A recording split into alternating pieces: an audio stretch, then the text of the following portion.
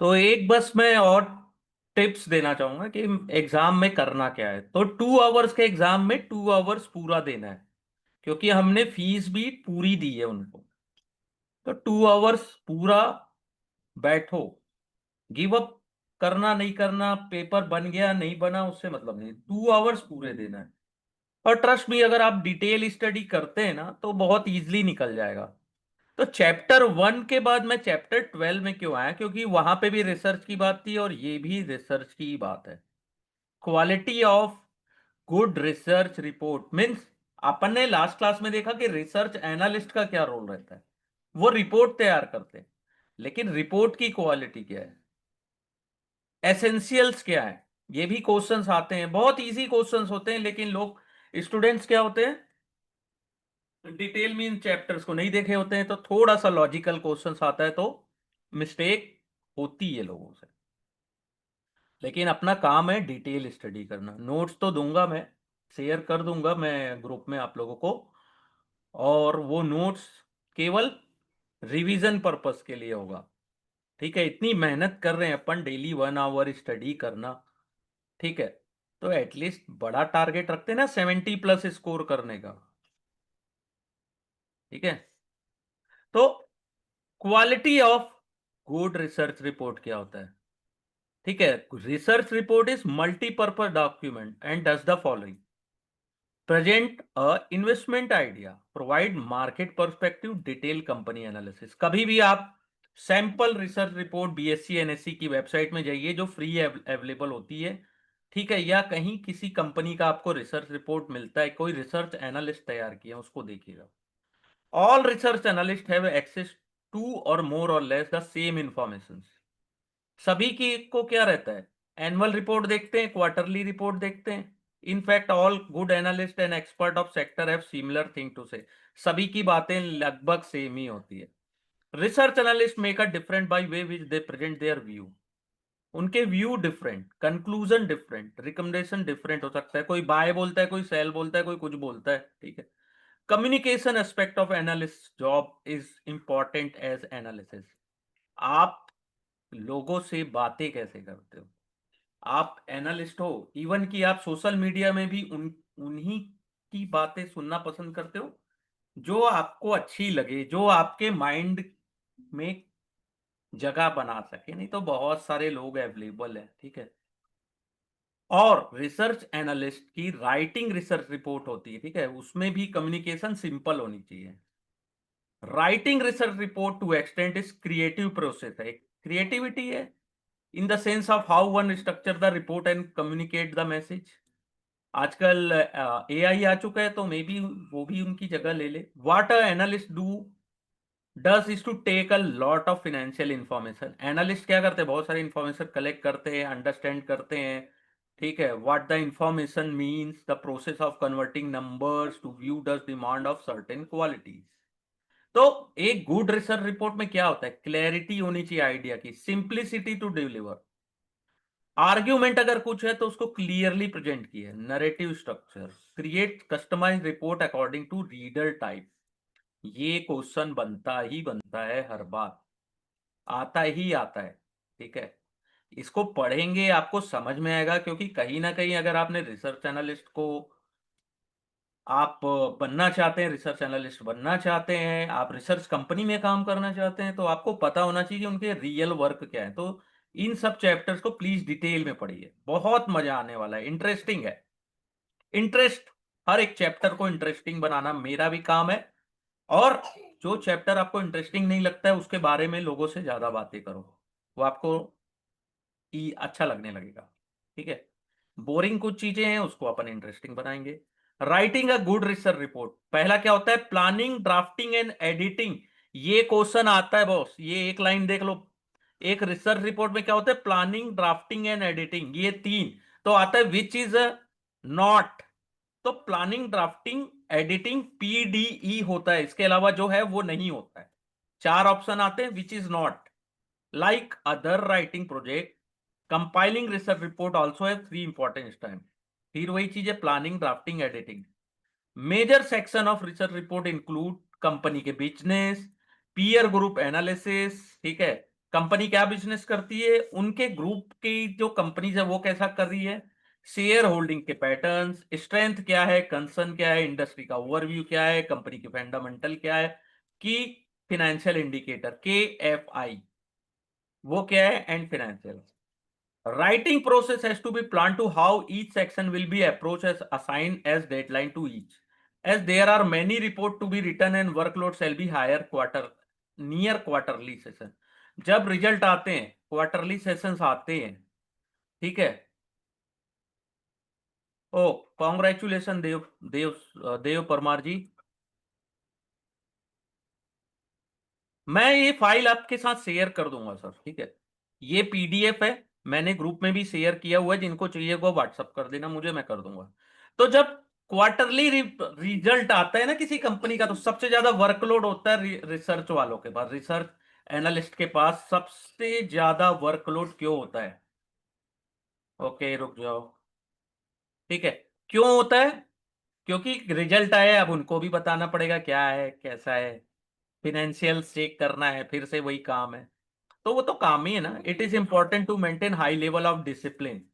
अगर आप डिसिप्लिन में नहीं हो तो आप कैसे कर पाओगे? आपको रात भर भी जगना पड़ सकता है क्वार्टरली रिजल्ट सेशन में, अगर आपकी कंपनी, किसी कंपनी को आप एनालिसिस कर रहे हो, कोई भी कंपनी हो, चाहे वो पेनी स्टॉक भी क्यों ना हो, आपको एनालिसिस तो करना होगा ना। डिले से क्या होगा, आपका इफेक्ट होता है वर्क में। अगर मैं डिले कर रहा हूं, मुझे आज रिपोर्ट देनी, ठीक है, मैं आपको 1 साल बाद दूंगा तो उसका क्या काम है? कोई काम नहीं है। 1 महीने बाद भी दूंगा तो बोलोगे सर हमको पता है। तो once done done the planning होती है, ठीक है, which should begin to each section. Generally each organization has a template of its own, therefore working as predefined structure make work a little bit easier. All section of RA are fact based होते हैं ना, therefore filling them is more copy paste function. But certain important section require understanding of business through communication with management. Business के बारे में, management से communication के बारे में फैक्ट बेस्ड सेक्शन होता है। फैक्ट होता है, ऐसा नहीं है कुछ भी अफवाह उड़ा दिए। Peer group analysis, share holding pattern, company fundamental की KFI and financial source of information. Fact based section की रिपोर्ट्स कहां से मिलेगी आपको? एनुअल, क्वार्टरली, ठीक है, कैलकुलेशन से। ये फैक्ट बेस्ड है, इसको याद रखिएगा, यहां से भी क्वेश्चन आता है विच is not fact based, which is not और विच इज, तो ये याद होनी चाहिए। व्यू बेस्ड में आता है कंपनी का बिजनेस की स्ट्रेंथ की concern and industry overview. Source of information, communication with management, personal understanding of business industry, ठीक है। सोर्स ऑफ इंफॉर्मेशन आपने देख लिया, फैक्ट बेस्ड का क्या है, annual, quarterly and calculation. Draft ready होता है, अपन फाइनल फिगर तैयार करते हैं, स्पेलिंग भी चेक करते हैं, ग्रामेटिकल एरर भी, एडिटिंग भी। ग्रामेटिकल एरर होगा तो क्या सोचोगे आप, अरे इनको तो इंग्लिश ही नहीं आती, हिंदी में भी लिखोगे तो हिंदी के भी ग्रामर को भी आपको ध्यान रखना होता है, तो ग्रामेटिकल एरर, स्पेलिंग चेक होनी चाहिए। Thing to watch out, unnecessary detail नहीं होने चाहिए। लॉन्ग सेंटेंस, बहुत बड़े बड़े सेंटेंस लिख दोगे, कॉमन आदमी कहां समझेगा? No proper structure, inconsistent view, complex language, ये सब चीजें नहीं होनी चाहिए, ठीक है, ये नहीं होने चाहिए। फेल होता है एक रिसर्च रिपोर्ट अगर ये सब चीजें ज्यादा लिखे हो। लॉन्ग सेंटेंस, जैसे शशि थरूर जी के लेवल की इंग्लिश में लिख दिया, ठीक है, और वो भी लंबे सेंटेंस में, प्रॉपर स्ट्रक्चर नहीं है, इनकंसिस्टेंट व्यू, कभी बाय बोल रहा हूँ सेल, यानी कि मुझे खुद ही नहीं पता कि मैंने रिसर्च रिपोर्ट में पॉजिटिव व्यू दिया नेगेटिव दिया है। फिर रेटिंग होता है फिनेंशियल मार्केट में, जैसे होती है ना कि बाय को क्या बोलते हैं, इंक्लूड बाय, ओवरवेट, ये आता है क्वेश्चन। बाय मीन्स ओवरवेट, ठीक है, अंडरवेट मीन्स सेल, ठीक है। ये आया था जब मैं एग्जाम देने गया था, ये क्वेश्चन भी आया था, what is the mean of overweight and underweight, ठीक है। तो इसको थोड़ा और डिटेल में समझेंगे अपन, ठीक है, ओवरवेट अंडरवेट, ठीक है, इसमें बहुत बार लोग कंफ्यूज भी हो जाते हैं। इनका रिकमेंडेशन होता है typically made to reflect analyst view on total return that security will make over a specified time period, return of security relative to return of market to the peer groups. Buy का मतलब क्या होता है? Indicate the expectation the stock will deliver more than 10% over the next 12 month, ये buy signal होता है। Hold means stock का expected return -10 to and 10% over the next 1 year. Sell का मतलब होता है indicate expected return less than 10% over the period.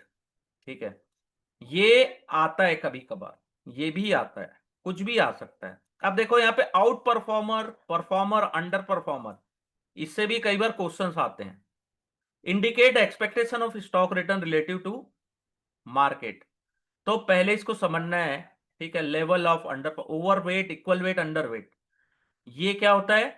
Overweight mean rating indicate expectation that stock sector will perform better than market, तो overweight दिया गया है।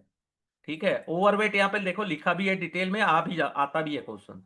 Means ये stock या सेक्टर मार्केट से अच्छा परफॉर्म कर सकता है तो overweight. Underweight means indicate relative poor performance, underweight. Equal weight का मतलब है indicate performance in line with market, market जितना दे रहा है उतना ही ये भी देगा, इक्वल वेट। ये ट्रस्ट में ये क्वेश्चंस आएंगे बॉस, और ये क्वेश्चंस आप कंफ्यूज भी हो सकते हो एग्जाम टाइम में। ठीक है, अभी तो पता है underweight, overweight, out perform, under perform, लेकिन जब एग्जाम देने जाओ ना तो वहां पे सब लगता है क्या लिखा है कुछ, कई बार क्या होता है कंफ्यूज हो जाते हैं अपन। ठीक है, और कुछ नहीं है। Checklist based to the research report, era of information overload है आज के टाइम में, अपन के पास इंफॉर्मेशन ओवरलोडेड इंफॉर्मेशन है। ठीक है, पहले आज से लगभग 5-6 साल, 8 साल पहले इंफॉर्मेशन नहीं होती थी लोगों के पास। ठीक है, तो खोजते थे अपन, इकोनॉमिक टाइम्स, न्यूज़पेपर, बिजनेस, कोई कुछ बोल दिया तो उसको ध्यान से सुन रहे, कोई बड़ा बहुत बड़ा वो मार्केट का लीडर जो होते हैं ना, वो आते हैं टीवी में तो उनको सुन रहे, किसको बाय करने बोल रहा है, किसको सेल करने बोल रहा है। ठीक है, इस टाइप की होती थी ना। अब कहाँ है, अब तो इतने सारे लोग आते कि समझ में नहीं आता करना क्या है। ठीक है, it is easy to drown the ocean to information है, आराम से आप एक समुंदर में हो जिसमें इंफॉर्मेशन बहुत सारी है। Different information available at different places, contradictory, ensure consistency in decision making process, become imperative to note down important decision, जो डिसिप्लिन मैटर में और कमिटेड मैटर में हो। Remember, market report discipline is investing, often punish emotional distracted and disorganise approach. ये line देख रहे हो, यहां से भी क्वेश्चन आया था। ठीक है, कई बार आ जाते हैं।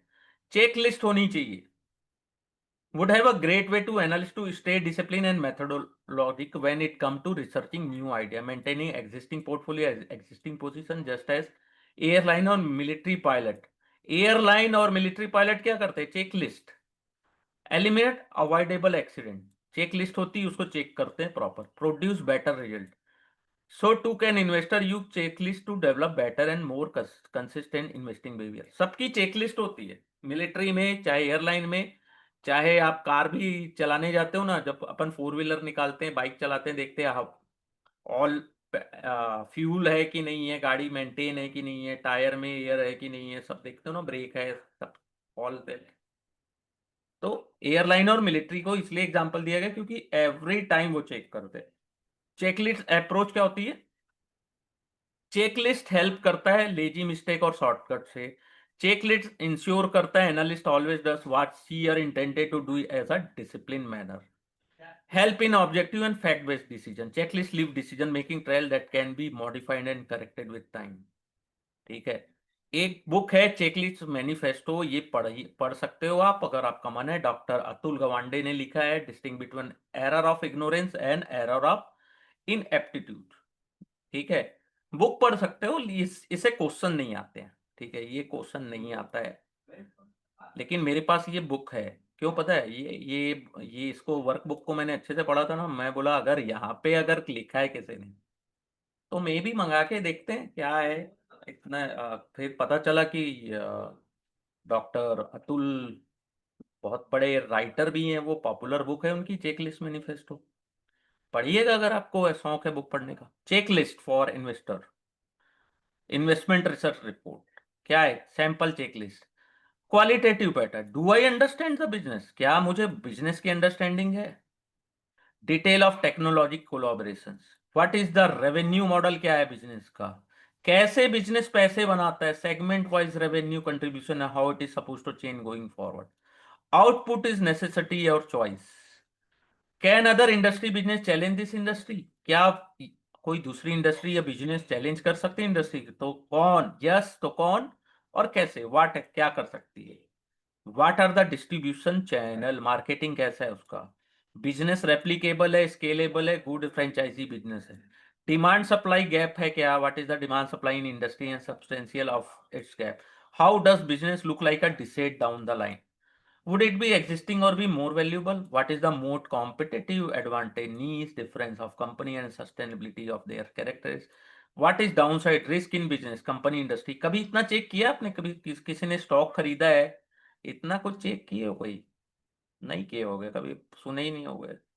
ठीक है। दस the company has output pricing freedom, pricing freedom कैसी, एबिलिटी सस्टेनेबिलिटी कैसी है of pricing power, input available without interruptions, pricing power of company, देखो हर जगह प्राइसिंग पावर की बात ही है। लेवल ऑफ कंपटीशन कैसा है, मेजर कॉम्पिटिटर कौन है और कॉम्पिटिटर की पोजीशन कैसी है, क्वालिटी ऑफ मैनेजमेंट एबल है, ऑनेस्ट है, गुड इंटेग्रिटी है कि नहीं है, what is the promoter stake, insider doing, क्या इनसाइडर ट्रेडिंग तो नहीं हो रही है, शेयर्स ऑफ प्रमोटर्स के प्लेज नहीं है, buy back by the company in last 3 year, कितना बाय बैक किया है, major observation from corporate governance, corporate governance से मैं बता रहा हूँ जेंसॉल का कॉर्पोरेट गवर्नेंस खराब था, जिसका शेयर बहुत तगड़ा गिरा है, शायद जेंसॉल देखिएगा। तो वो भी अगर आप स्टडी करते हो तो भी आपको बहुत सारी चीजें, शेयर होल्डर की पैटर्न्स क्या है, शेयर होल्डिंग पैटर्न्स क्या है, कैटलिस्ट कौन है बिजनेस में, क्या कोई फूल और इडियट रन कर रहा है बिजनेस, स्ट्रेंथ क्या है, वीकनेस क्या है, जिसको SWOT बोलते हैं, स्वॉट, SWOT, weakness, opportunity and threat क्या है, क्वालिटेटिव पैरामीटर में इक्विटी हिस्ट्री, इंपॉर्टेंट पॉइंट क्या है, has the revenue is growing consistently, revenue grow कर रहा है, बिजनेस स्टेबल है, ग्रोइंग प्रॉफिटेबिलिटी है, बिजनेस का लिवरेज कितना है, ठीक है, कंपनी हैज स्टेबल और growing return track record, stable and growing 5 year dividend track record. ये सब क्यों बता रहा हूं? क्योंकि आते हैं बहुत यहां से भी क्वेश्चंस। ठीक है, एक बार पढ़ लो इसको, ज्यादा इसको याद करने की जरूरत नहीं है, एक बार कॉमन अंडरस्टैंडिंग भी हो जाएगी ना तो भी इस चार्ट से रिलेटेड क्वेश्चन बन जाएंगे। बाकी जो क्वेश्चन एग्जैक्टली बनते हैं उसको तो मैंने आपको बता दिया है।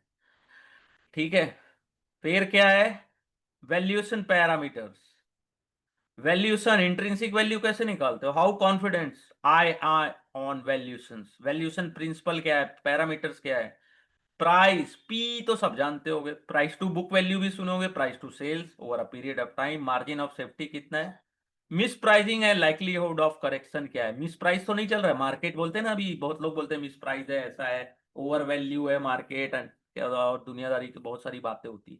Sample research report BSc NSC की वेबसाइट में मिलता है, कई बार ये भी पूछा जाता है। ठीक है, तो बहुत ज्यादा कुछ है नहीं इस चैप्टर में, लेकिन इतना इंपॉर्टेंट है कि चैप्टर 1 के बाद चैप्टर 12 पढ़ो, स्टडी करो 12, तो इंटरेस्टिंग होगा, नहीं तो क्या होता है, बोर हो जाओगे।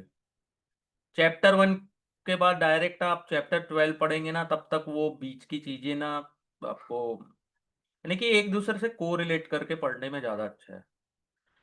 जैसे चैप्टर 1 में अपन ने पढ़ा कि रिसर्च एनालिस्ट का जॉब क्या है, रिसर्च एनालिस्ट होता क्या है, sell side by side independent क्या होता है।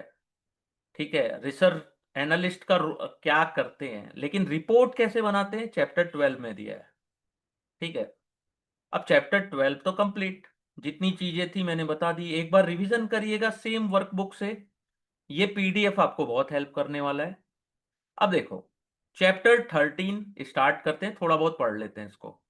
मुझे पता है कि लीगल एंड रेगुलेटरी इन्वायरमेंट, बहुत सारे लीगल और रेगुलेटरी इन्वायरमेंट पढ़ने से क्या होता है ना, कंफ्यूज हो जाते हैं, लेकिन पता है आपको इस चैप्टर की विशेषता, चैप्टर 13 है, 10 नंबर्स के क्वेश्चंस आते हैं, mostly student only 5 5 to 6 he score करते हैं, 6 से ज्यादा मैं नहीं जान रहा हूं कि कोई स्कोर किया होगा, कि किसी ने मुझे ये नहीं बोला कि लीगल एंड रेगुलेटरी से मैंने बहुत अच्छे नंबर लाए हैं, मैंने नहीं सुना, क्योंकि लोग स्किप करते हैं। एटलीस्ट मैं बोलता हूं इंपॉर्टेंट पॉइंट तो पढ़ लो। ठीक है, रेगुलेटरी इंफ्रास्ट्रक्चर में कौन कौन है इन फाइनेंशियल मार्केट हमारे देश में, पहला है ministry of finance, important ministry within the government of India.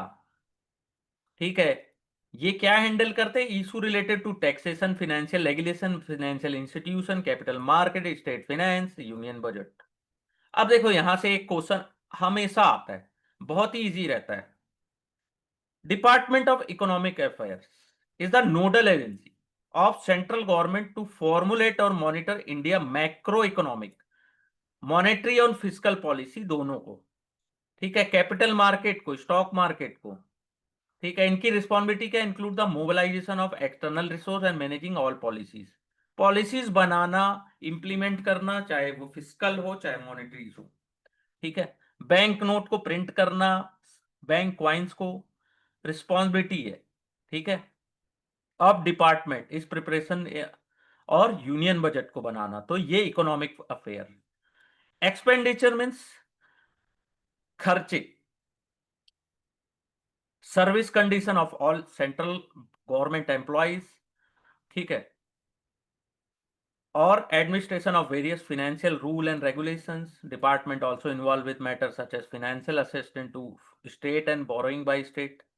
ये एक्सपेंडिचर हो। रेवेन्यू में tax, CBDT, central board of direct tax, central board of excise and custom. Revenue, उनको पैसे मिलते हैं डायरेक्ट एंड इनडायरेक्ट टैक्स से।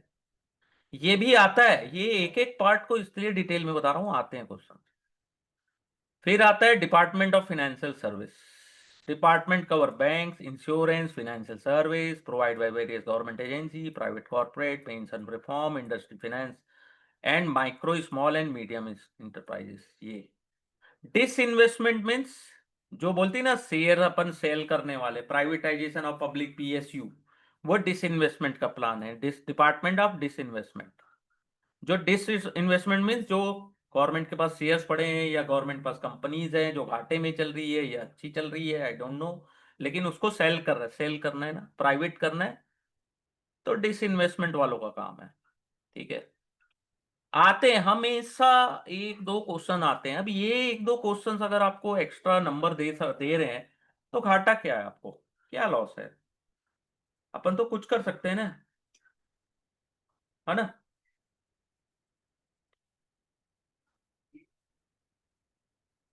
Next, corporate affairs.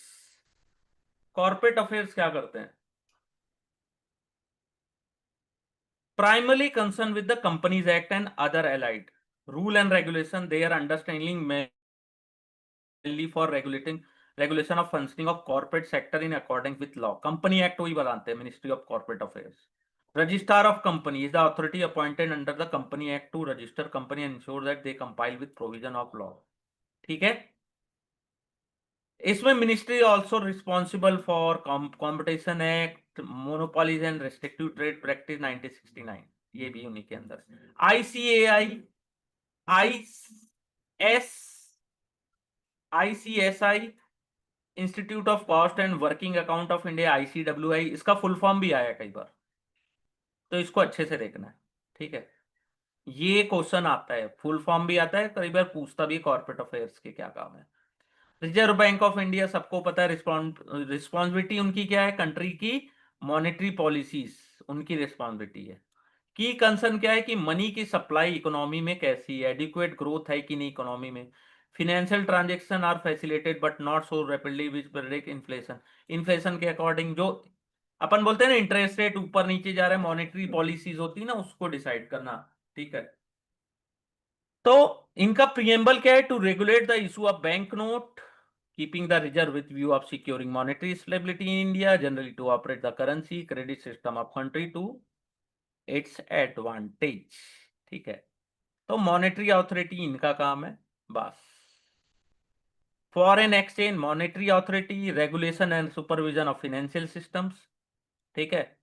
Foreign exchange के managers होते हैं, इशूअर करेंसी होते हैं, डेवलपमेंट रोल इनका रहता है, बैंकिंग फंक्शंस भी इनका काम होता है, और ये बैंकर टू बैंक, यानी कि बैंकर, सेंट्रल बैंक के ना बैंक है ये, यानी कि सेंट्रल बैंक के, सॉरी सेंट्रल गवर्नमेंट के लिए ये ये सपोर्ट देते हैं, तो ये उनके बैंक है। और बैंक ऑफ बैंक भी बोलते हैं, बैंक को मेंटेन करते हैं ना, अदर्स बैंक को, ठीक है, उनको भी रेगुलेशन प्रोवाइड करना है, उनके अकॉर्डिंग ही, उनके सर्कुलेशन के अकॉर्डिंग ही देश के जो बाकी बैंक्स हैं वो चलते हैं आरबीआई के अकॉर्डिंग।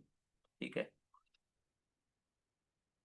इन इसमें से एक क्वेश्चन आता है बैंकिंग सर्विस बैंक का, वो एक मैं भूल रहा हूँ एग्जैक्टली, लेकिन आपको ये याद रखना है, सेंट्रल बैंक, सेंट्रल गवर्नमेंट के लिए ये बैंकिंग फैसिलिटी यही प्रोवाइड करते हैं, ये यही होते हैं उनके बैंकर, वही होते हैं।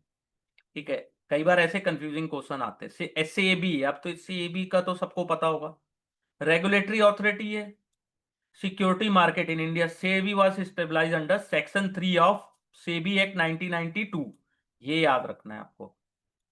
सेबी के रूल क्या है? Protect the interest of investor in securities and promote the development of and regulate the security market and so matter connected thereto incidental. ठीक है, सेबी का रोल क्या है? इन्वेस्टर के इंटरेस्ट को प्रोटेक्ट करना, मार्केट को डेवलप करना, रेगुलेट करना सिक्योरिटीज मार्केट को। सेबी ही रूल लाती है, जब लगता है ना कि ज्यादा अति कर रहे हैं लोग, तो रूल्स रेगुलेशन आते रहते हैं। ठीक है, जहां रूल रेगुलेशन है यानी आपका पैसा, इन्वेस्टर का पैसा सेफ है, तो सेबी का काम है ये। Protecting interest of investor in security, promotion of development of security market, regulating the business in stock exchange, any other security market, registering and regulating the working of stock broker, sub broker, promoting regulation of self regulatory organization, prohibiting insider trading, prohibiting fraud, unfair trade, regulatory substantial acquisition of share and takeover of companies। तो SEBI का काम है। ठीक है, IRDAI का क्या क्या काम है? ये भी आते हैं ना क्वेश्चन, बहुत सिंपल सिंपल से आते हैं। इंश्योरेंस सेक्टर को रेगुलेट करना in according with term of IRDA 1999। IRDI is the licence authority for insurance company. ठीक है, कैपिटल नेटवर्थ कितना लगना है इंश्योरेंस कंपनी को, रेगुलेट करना, प्रमोट करना, इंश्योर करना orderly growth of insurance sector and including the reinsurance. बस, आईआरडीएआई, इसका फुल फॉर्म भी याद रखना है, insurance regulatory development authority of India, इसका फुल फॉर्म भी कई बार पूछा जाता है। पीएफआरडीए, इनका क्या काम है? पेंशन फंड को अथॉरिटी है ये, interested to act as a regulator of pension sector in India under PFRDA. इसका भी फुल फॉर्म याद रखिएगा, pension fund regulatory and development authority. कब आया था? 2013 एक्ट है, कॉन्स्टिट्यूट हुआ था अक्टूबर 2003 को। To promote old age income securities, stabilize developing and regulating pension fund, protect interest of subscriber to scheme of pension fund and related matters, deal with all matter related to promotion and orderly growth of pension market, propose appropriate legislation, carry out other function। ठीक है, IBBI, इसका एक बार full form मैं जब exam दिया था तब आया था, insolvency and bank board of India. IBBI कब हुआ था? 2016 में। Regulator of overseeing insolvency process as well as insolvency professionals. ठीक है, जो भी डिफॉल्ट होते हैं, इंसॉल्वेंस केस होते हैं, उनको यही रेगुलेट करते हैं। अब important regulation in Indian securities market. I know this chapter is boring, लेकिन अगर आपको अच्छे नंबर लाने हैं तो इस चैप्टर को अच्छे से पढ़ना है। पहला, सिक्योरिटी कॉन्ट्रैक्ट रेगुलेशन एक्ट 1956। ठीक है, एससीआरए एक्ट, इनका क्या काम है? Granting recognization to stock exchange, corporatization, demutualization of stock exchange, power of central government to call to periodic return from stock exchange, power the power of SEBI to make amend bylaw to recognize stock exchange, power of central government to supersede the government body of a recognized stock exchange, power to suspend business of recognized stock exchange, power to prohibit undesirable speculations।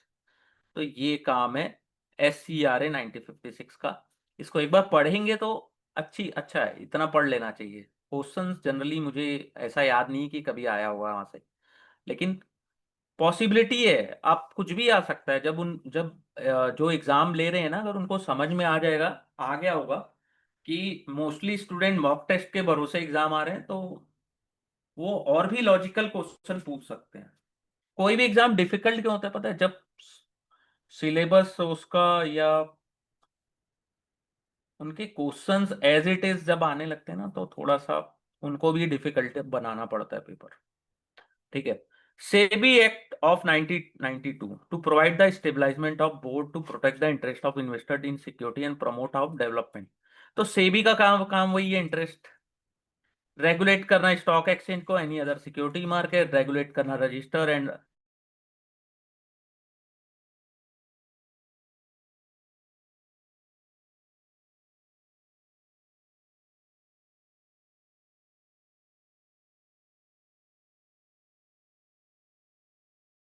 फिर लिखा हुआ है। ठीक है, तो इतना। अब देखो कुछ चीजें ऐड हुई है यहाँ पे। ठीक है, ये क्या है, secure SEBI prohibition of insider trading regulation 9 2015, very very very very very important. ठीक है, तो prohibition insider trading pursuant of section 30 of CB act 1992, ये एक्ट भी याद रखिएगा, सेक्शन 30 है। Insider trading section 30 of CB act, insider trading section 30, 30, section 30 धारा 30। Insider कौन है? वो पर्सन जो कनेक्टेड है और पोजीशन में है, have access unpublish price sensitive information, जिसके पास है, a connected person who has been during the 6 months prior to concerned act associate with company capacity directly indirectly including the region of frequenting communications with officer, contractual fiduciary employment relationship, director officer employee of the company, कोई भी हो, वो connected person होते हैं। इसको अच्छे से पढ़ना, ये येलो लाइन है। Without prejudice to in generally the foregoing, the person falling with the following category: relative of connected person, holding company or associate company or subsidiary company, intermediary, investment company, official of stock exchange, clearing house, corporation, member of board of trustee। तो ये सब bankers of company, official concerned firm, a firm or its partner, person sharing household residence। ठीक है, तो regulation अभी 30 act पढ़ा था अपन ने। रेगुलेशन क्या है? To and define unpublish price sensitive information, ऐसी इंफॉर्मेशन जिसके पब्लिक में आने से प्राइस ऊपर या नीचे जा सकता है, उसको बोलते हैं price sensitive information. As any information relating to company और its security, directly indirectly, not generally available.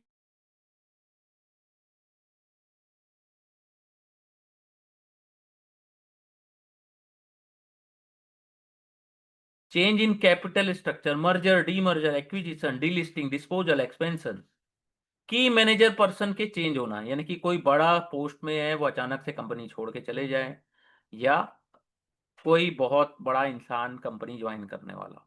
Change in rating, rating change हो गई, ट्रिपल ए थी डबल ए हो गई। ईएसजी रेटिंग, फंड राइजिंग पर प्रपोजल, यानी कि कंपनी चाह रही कि पैसे उठाना चाहती, पैसे बना, एग्रीमेंट हुआ है, फ्रॉड और डिफॉल्ट हुआ है कंपनी में, वो भी अगर आपको पता चल जाए तो आप पैसे बना सकते हो। रिजोल्यूशन प्लान है, restructure, one time settlement, winding up, या कुछ ऐसे बैंक आईबीबीआई के तहत कुछ ऐसा होने वाला है जिससे कंपनी का रिजोल्यूशन चेंज होने वाला है, कि कुछ खराब या अच्छा होने वाला है। ऑडिट, एक्शन, ऑर्डर, इंडिया या बाहर, एनी रेगुलेटरी या statutory enforcement authority, judicial body, कुछ भी न्यूज आ सकती है।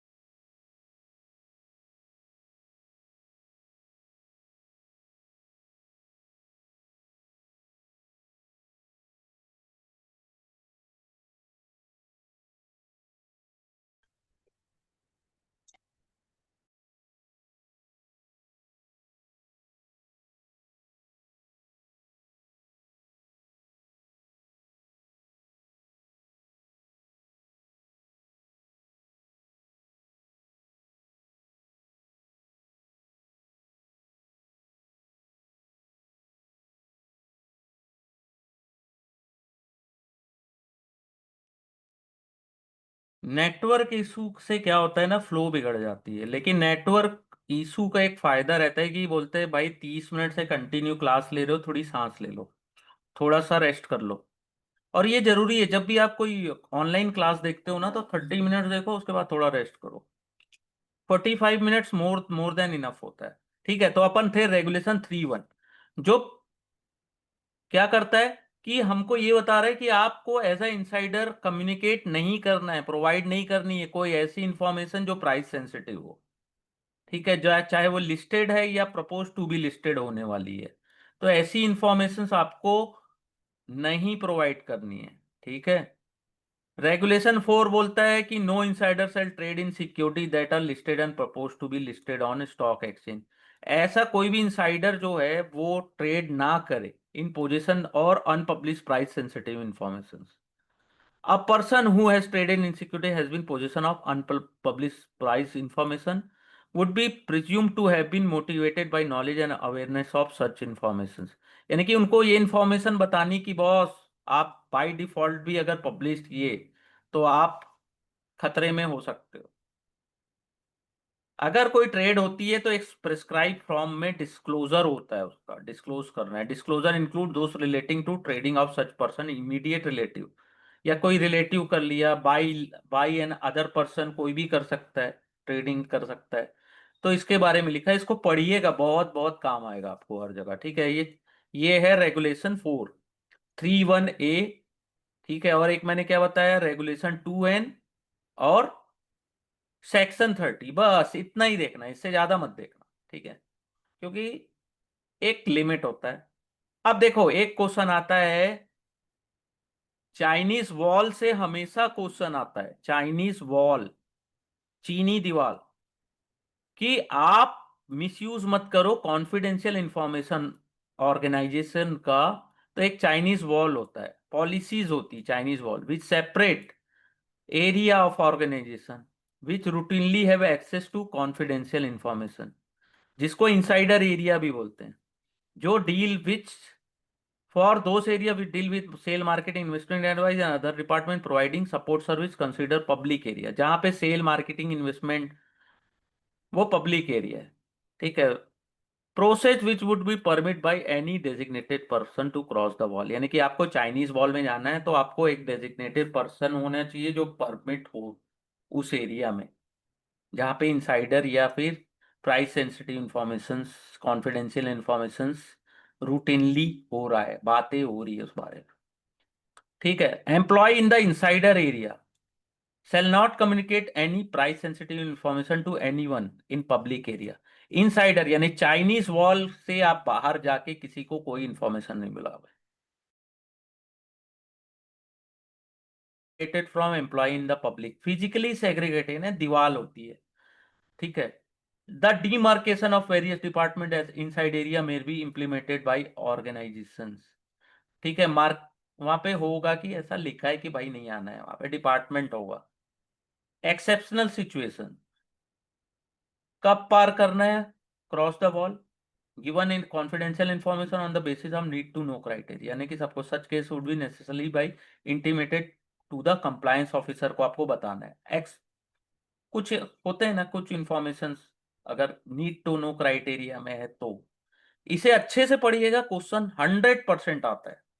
The regulation also state that analyst if employed with organization firm while preparing RA report for client company shall disclose their shareholding। Analyst हो, आपको भी share holding interest in such company, आपको बताना है कंप्लायंस ऑफिसर को। And analyst who prepare report of listed companies and not trade in security, जो report listed company बना रहा है उसको ट्रेड नहीं करना है for 30 day from preparation of such report.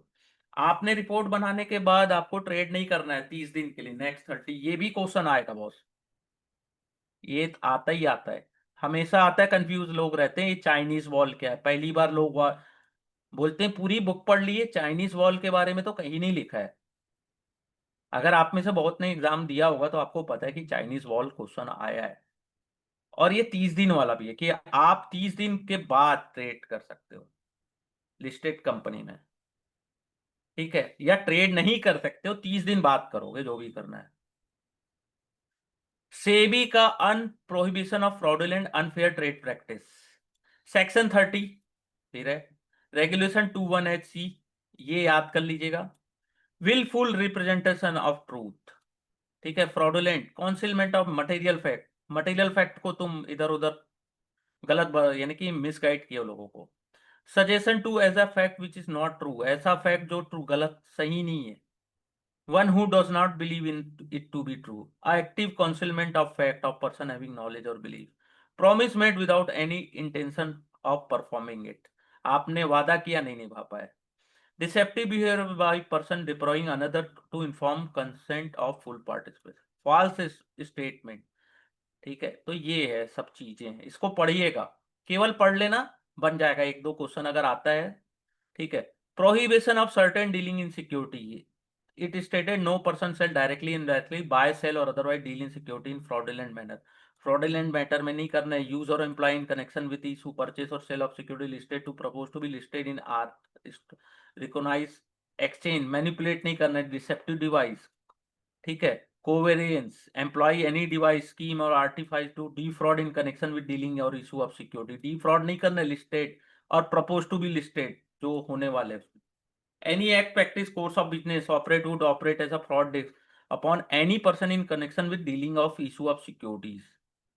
तो ये सब कांड नहीं करना है यहाँ पे अगर आप फ्रॉड से बचना चाहते हो, आपको ये सब प्रोहिबिटेड है, ठीक है। येलो लाइन में है मींस अभी अपडेट हुआ है, ये सब चीजें अभी अपडेट हुई है, ठीक है। Prohibit of manipulate fraudulent unfair trade practice, ठीक है। सेबी ने PFUTP रेगुलेशन बनाया, मे भी हो सकता है इस बार फुल फॉर्म पूछ दे तो इसका याद रखिएगा। PFUTP regulation clarified that without prejudice of provision of 3 days regulation, no person shall indulge in manipulation, fraudulent, unfair trade. Manipulate नहीं करना है आपको, ठीक है। इधर बोल दिए बाय, उधर कर दिए सेल। नोइंग इंडल as act which create false और मिसलीडिंग अपीयरेंस नहीं देना है trading in the security market. Dealing in security not intended to affect transfer of beneficial ownership. Inducing any person to subscribe issue of security of for fraudulent security of minimum subscription to such issue। जैसे कई लोग क्या होते हैं, बहुत बड़ा subscribe कर लिए, मिनिमम सब्सक्रिप्शन है, उसके अलावा कुछ ऐसा कुछ किया जिससे क्या होता है, प्राइस बहुत आगे चला गया, फिर धीरे धीरे रिटेलर्स को चिपका दिए, फिर हो गया खत्म। ये सब चीजें पढ़िएगा, ये बहुत इंटरेस्टिंग है, ठीक है। इसमें से जनरली ऐसा मैंने नहीं देखा है कि क्वेश्चन आए हैं, लेकिन एक बार इसको रीड करिएगा, ठीक है। क्योंकि ये जैसा लिखा है बहुत इजी लैंग्वेज में लिखा हुआ है, ऐसा नहीं है कि इसमें मुझे कुछ समझाने की जरूरत पड़े, ठीक है। जो इम्पोर्टेंट है, जो एग्जाम में आ सकता है, उसको मैं थोड़ा ज्यादा हाईलाइट करता हूँ। बाकी आप चैप्टर 13 को हल्के में मत लीजिएगा, 10 नंबर आते हैं, 10 नंबर ऐसे ही नहीं होता, ठीक है। और बड़े आराम से 10 में से 8 क्वेश्चन आप बड़े आराम से बना सकते हो, ठीक है। बहुत इजी आता है इसका। चैप्टर 10 का ऐसा है, चैप्टर 1, चैप्टर 12, चैप्टर 13, जो चीज बनती है टिक किए, हाँ ये आंसर है, ये नहीं यही आंसर है, ज्यादा मेहनत नहीं करनी पड़ती अपने को, ठीक है। अब देखिए कल जो नेक्स्ट क्लास है उसमें से अपन करेंगे इन्वेस्टिगेशन, ठीक है। आज के लिए इतना ही रखते हैं, कल अपन पढ़ेंगे पेज नंबर 243 इन्वेस्टिगेशन। क्यों? क्योंकि ये चैप्टर बहुत बड़ा है और बहुत सारी चीजें इंटरेस्टिंग भी है, एग्जाम से रिलेटेड भी है और बहुत इजीली बनती है, बहुत इजीली बनती है, ठीक है। ये चैप्टर को मैं क्यों फर्स्ट पढ़ा रहा हूं, ठीक है। पहले रेगुलेशन आपको नेक्स्ट क्लास में ये भी पता चलेगा कि RA को क्या क्वालिफिकेशन और सर्टिफिकेट रिक्वायरमेंट होती है, कल की क्लास में आपको पता चल जाएगा। और डिटेल में पढ़ाऊंगा, इस चीज को मैं डिटेल में समझाऊंगा आपको, ठीक है। बहुत से स्टूडेंट्स का रहता है ना डिमांड, सर क्या ऐसा RA से भी रजिस्टर्ड अगर बनना है तो क्या करना है, कौन सी डिग्री चाहिए, डिप्लोमा चाहिए क्या, ग्रेजुएशन में क्या चाहिए, ये सब चीजें यहाँ लिखी हुई है पेज नंबर 247 में। लेकिन अपन कल पढ़ेंगे इसको डिटेल में, और जितनी चीजें इंपॉर्टेंट है उसको कवर कर लेंगे, ठीक है। और इस चैप्टर को आप जितने बार रिवीजन करेंगे उतने आपकी प्रोबेबिलिटी बढ़ेगी कि आप बहुत अच्छे नंबर से पास होने वाले हो एग्जाम। बाकी ये सब एक एक लाइन के हैं, कंटेंट, ठीक है, ये सब चीजें आती है, बहुत एक एक लाइन की है, इसको डिटेल में अब मैं आपको बताते जाऊंगा, लेकिन एक एक लाइन की है सब चीजें, ठीक है। तो कल अपन पढ़ेंगे पेज नंबर